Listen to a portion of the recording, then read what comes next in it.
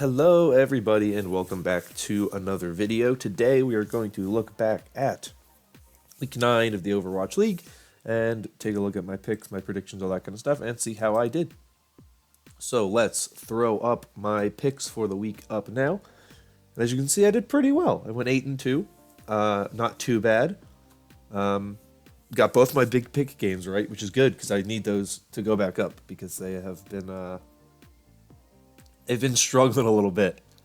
But let's talk about some of these matches. Now, I have not watched yet the Chengdu Hunters, Shanghai Dragons, or Guangzhou Charge, Hangzhou Spark match.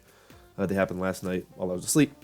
I'm going to watch those at some point today, so I'll be able to talk about them come Friday when that video goes up. I don't know if they play next week or not. I think some of them do. But I'll talk about that, of course, when I get to there next week. But so I won't focus too much on those matches in this video just because I haven't actually watched those videos yet. So I couldn't really tell you what happened. But let's talk about what happened in some of those earlier matches. So the first one on Saturday was the Toronto Defiant beating the Washington Justice. This is a match I actually was almost going to pick the Defiant on because I was kind of thinking of the Defiant and the teams they've played. And when you look at who they've really played and who they've lost to, right? The main outlier, I think, is the Houston Outlaws. That's really like the team where you look at it and you go like, oh, that's a really bad loss. And that's one of the few instances you're like, okay, that's a really awful loss that they have. And then also the Florida Mayhem, which is also not a great loss. But their other losses are not as bad. They lost to the Atlanta Reign. They lost to the Philadelphia Fusion in a close match. They beat the Paris Eternal. We know that. So their losses aren't awful. They're not great, but they're not awful. And I think they're a team that are better than what their early record was suggesting. And I think we're going to start slowly seeing them get better and better and better as the season progresses. I don't think they're going to be a playoff team. I don't think they've shown that yet.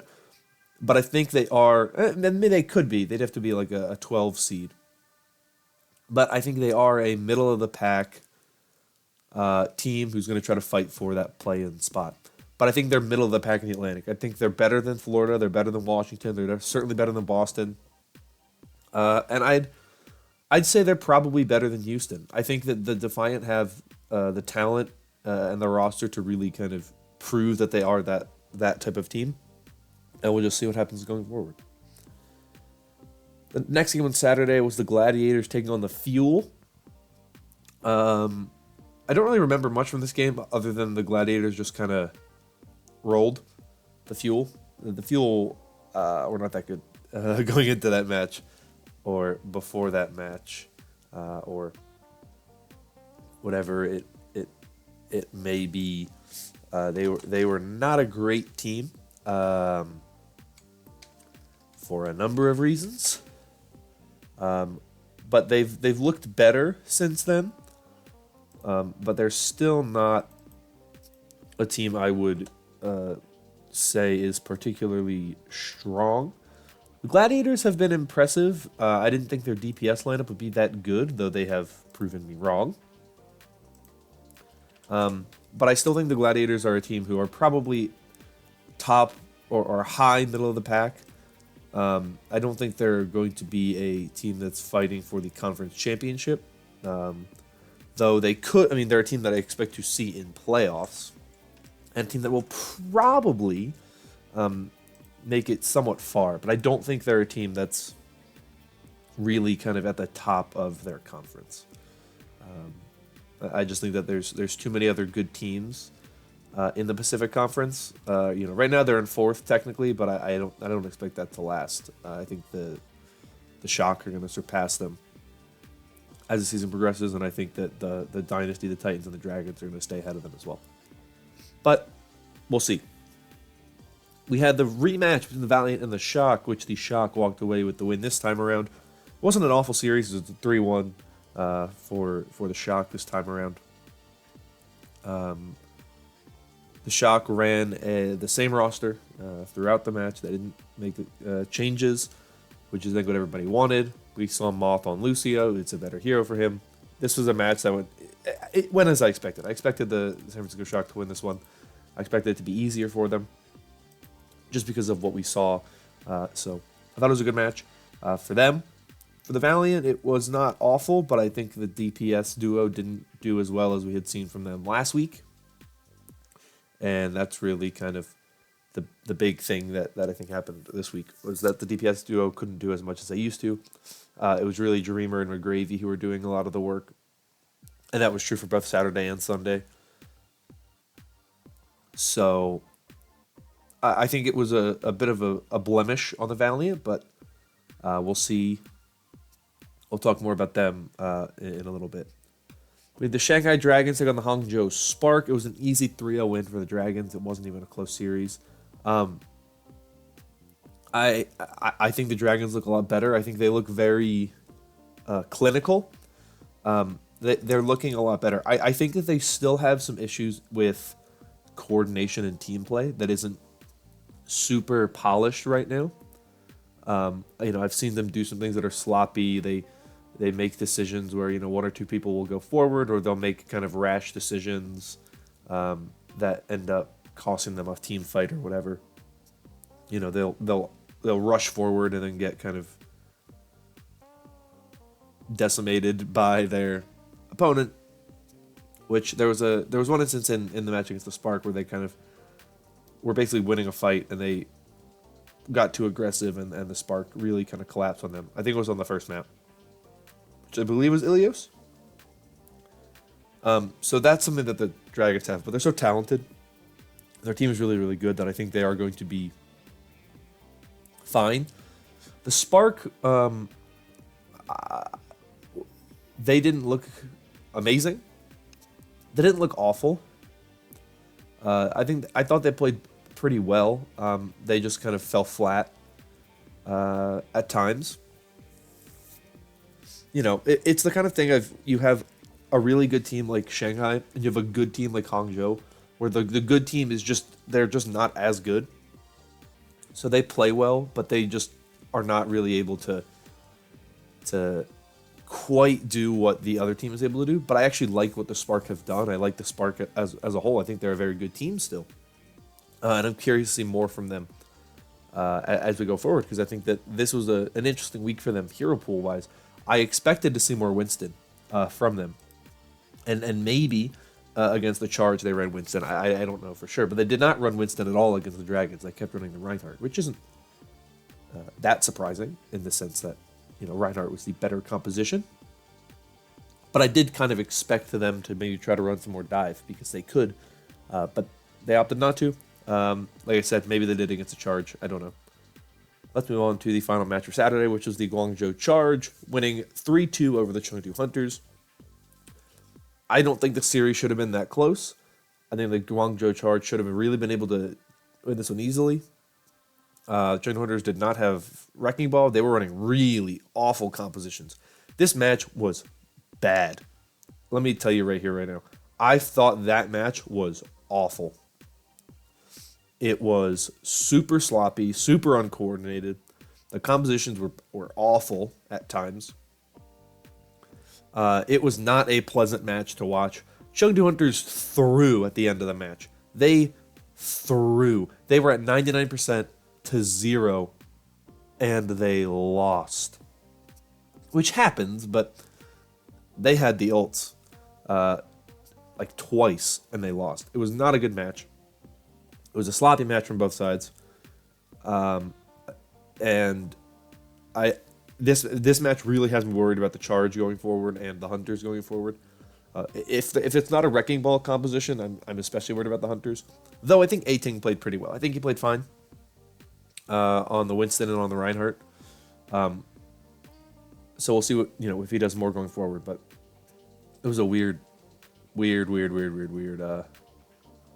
matchup. I'll be real.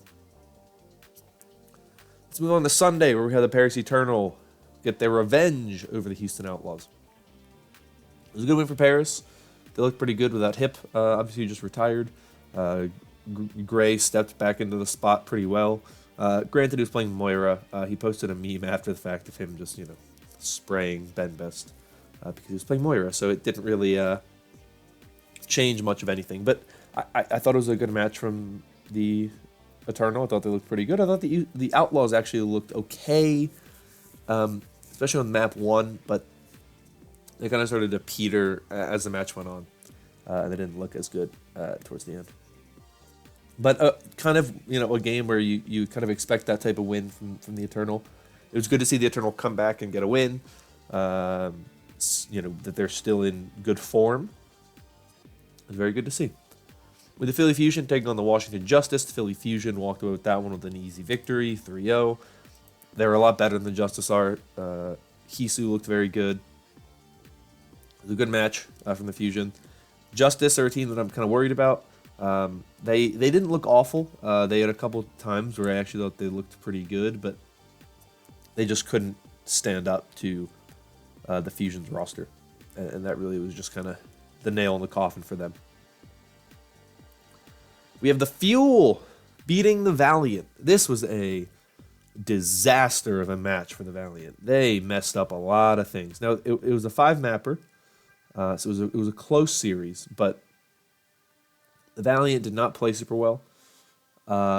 Their damage duo did not do a whole lot. The Fuel ran Tracer, which the Torbjorn compositions everyone was running all weekend are specifically meant to counter the Tracer, and Decay absolutely dominated on the Tracer. So either the composition is wrong, or KSF and KSP, mainly KSF because he was the one playing the Torbjorn, didn't really do their jobs properly, which I think is definitely something of note. The Valiant, they had some really good moments. I mean, Dreamer had that shatter on Route 66 that was just insane. But the Valiant looked okay. And the Fuel looked decent. They looked pretty good. Gamsu played very well. Decay played very well. Doha played very well. And that was really what they needed. Those three stepped up. They played well. They got the win. So, an unfortunate pick for me, but a good win finally for the Dallas Fuel. Look at their first win since week 1 of stage 3 of 2019. It's been a little while since they've won. Obviously, like I said before, did not watch the Dragons or Hunters or the Spark vs. Charge, so I'll talk about those a little bit more on Friday when I've actually had the time to sit down and watch them. But Dragons won 3-1. That's a better result from them than when they lost to the Hunters. The Spark won 3-2 against the Charge. I don't know what kind of compositions they ran, but I did expect them to win. I thought the last series was closer. I thought this hero pool worked a little bit better for the Charge or the Spark than last week's did. So that's why I picked the Spark. So those are my picks. Pretty good week for me. Let's real quickly look at the overall conference standings. As you can see them here. Not a whole lot has changed. The Valiant did drop a bit. The Dragons are in that number 3 spot pretty comfortably. Gladiators in the 4 spot. And the Shock have moved up now as well. They're now in the 5 spot. They're kind of punching up. And they will get up there, I'm sure, in not too long. On the Atlantic side, I don't think anything is really different. The Defiant moved up a bit because of their win. But for the most part, things are pretty much the same over there as well. We'll be seeing a couple of these Atlantic teams in action again next week. I know the Atlanta Reign play next week. I don't think the London Spitfire play yet. We still got to wait for them because they moved over to Korea. So they should be playing at some point in the next couple weeks. I don't know if New York has moved over to Korea or if they will move over to Korea. I know Vancouver moved over to Korea, and they will start playing next weekend. So there are a lot of teams in that way that we're going to start seeing soon. But that is everything I have for you today. If you enjoyed, consider liking and subscribing. For more content like this in the future, that's the best way to get it. Comment down below your thoughts on this past weekend of matches. But I'm going to get out of here, so thank you so much for watching. Hope you're all having a wonderful week. Hope you're all staying safe, and I'll see you all next time. Bye-bye.